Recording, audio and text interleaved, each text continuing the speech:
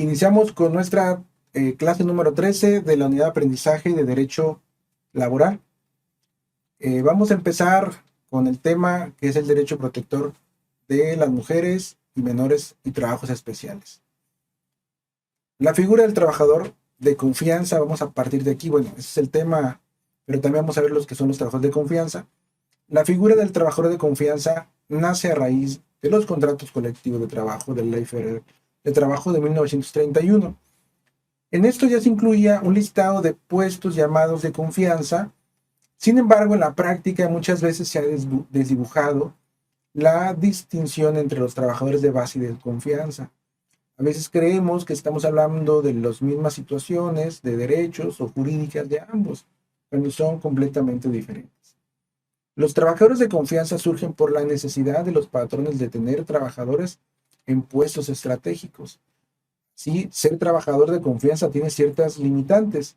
Por ejemplo, este tipo de empleados no pueden afiliarse a un sindicato y pueden ser contratados de manera libre para desarrollar trabajos personales dentro de la empresa para el patrón. De alguna manera, el trabajador de confianza, desde mi punto de vista, dejo a su consideración, a su criterio, su pensar.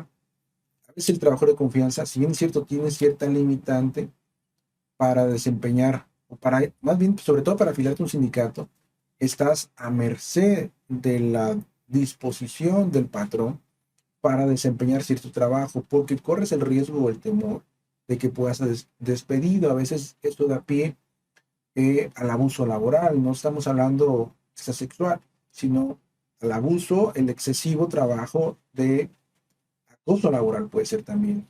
Entonces, el hecho de que seas un trabajador de confianza muchas veces no te da seguridad o la permanencia en ese trabajo. Sin embargo, bueno, también hay situaciones que te van a beneficiar por los lugares o por los intereses, como son particulares. Un trabajador sindicalizado no quiere decir que no se pueda desempeñar en un puesto importante. Sin embargo, se puede pensar que su visión sobre todo va a ser en beneficio de su colectividad, beneficiando a su sindicato y no beneficiando a la empresa donde pertenece o en el área donde pertenece. En el caso del trabajador de confianza, bueno, depende obviamente del dueño de esa empresa y es con quien tiene una obligación o una relación jurídica.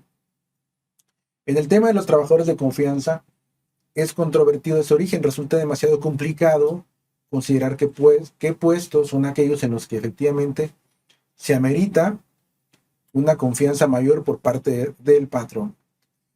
La categoría de trabajador de confianza depende de la naturaleza de las funciones desempeñadas y no de la designación que se dé al puesto. Son funciones de confianza las de dirección, las de inspección, las de vigilancia, las de fiscalización, cuando tengan un carácter general y las que se relacionen con trabajos personales del patrón dentro de la empresa o establecimiento. Bueno, en términos sencillos, no basta con que en el organigrama de una empresa se señalen determinados puestos como de confianza, sin importar las labores que se realizan en el mismo. Porque a veces caemos en ese problema, en ese error, que decimos, es trabajador de confianza, y lo es solamente porque dice ahí, pero a veces no reúne las características por el puesto o el trabajo que está desempeñando.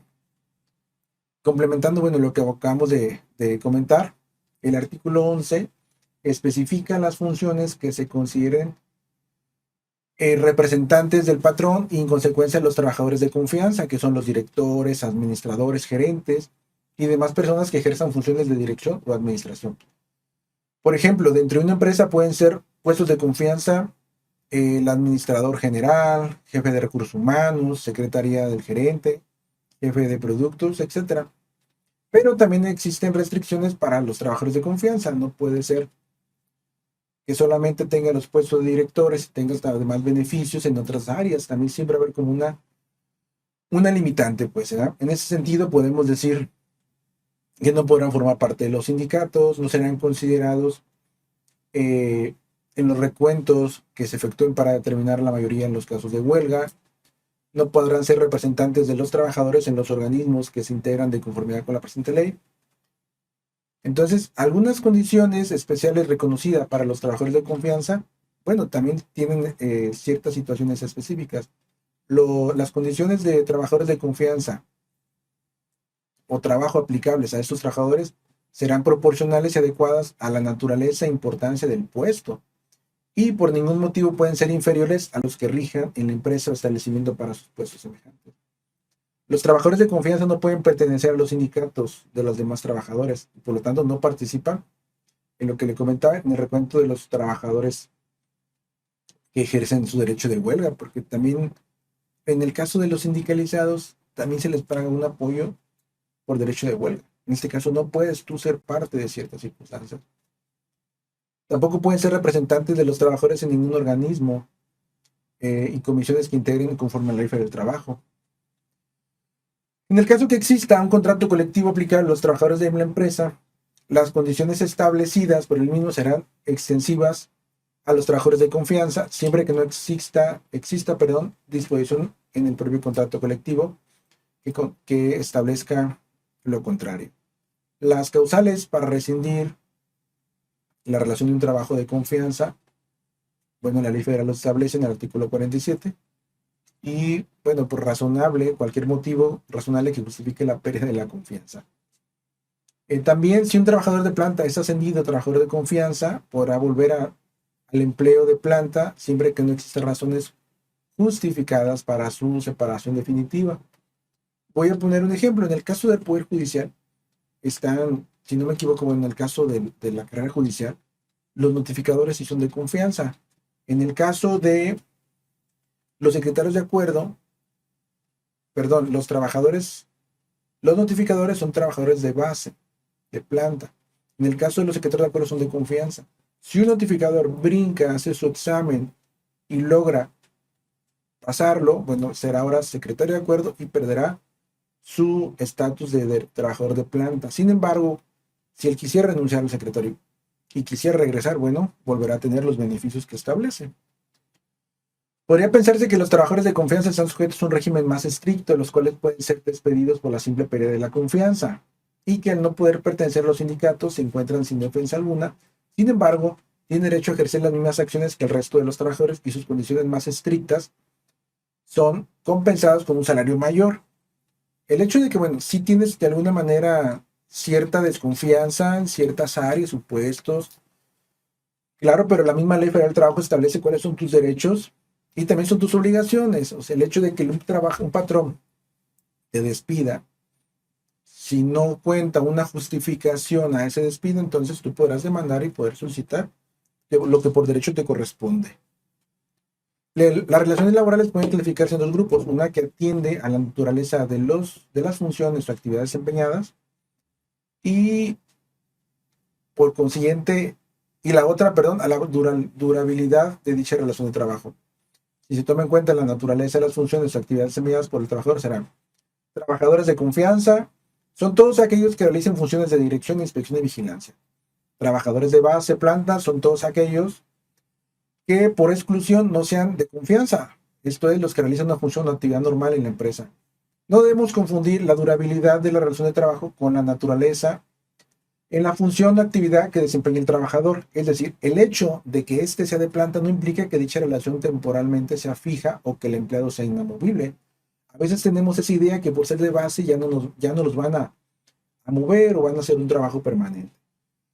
Por consiguiente, pues el carácter de trabajador de base no depende de la duración de dicha relación, sino de la naturaleza de la actividad que desarrolla dentro de la fuente de trabajo. Pues puede darse el caso de que un trabajador de planta sea contratado por tiempo determinado, para obra determinada, o bien para inversión de capital determinado.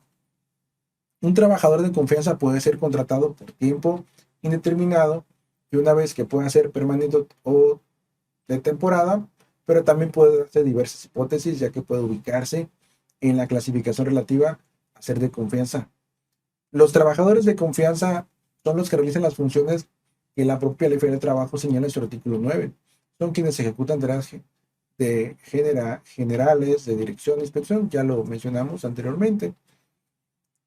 También el trabajo se puede afirmar que la categoría de trabajo de confianza tiene que ver con sus funciones, que con el puesto o lugar en el organigrama. Y en el caso de la jornada laboral, para los trabajadores de confianza, esa será la que convenga entre las partes, y ante la falta de convenio, Se aplicará la jornada máxima, que es de 8 horas diarias. Los trabajadores de confianza suelen trabajar algunas horas más previstas, mientras que la jornada laboral de los trabajadores de base suele ser de 6 y 7 horas. Bueno, eso nos damos cuenta en las diferentes áreas de la administración pública. La diferencia de los trabajadores de confianza, los trabajadores de base tendrán permanencia en el trabajo después de cumplir 12 meses de servicios, y en el caso de que sean separados de su empleo sin causa justificada, podrán optar por la reinstalación en su trabajo o que se les sea indemnice con el importe de 3 meses de salario y de 20 días por cada año de servicios prestados. Los trabajadores de confianza no tienen derecho a la reinstalación en un empleo.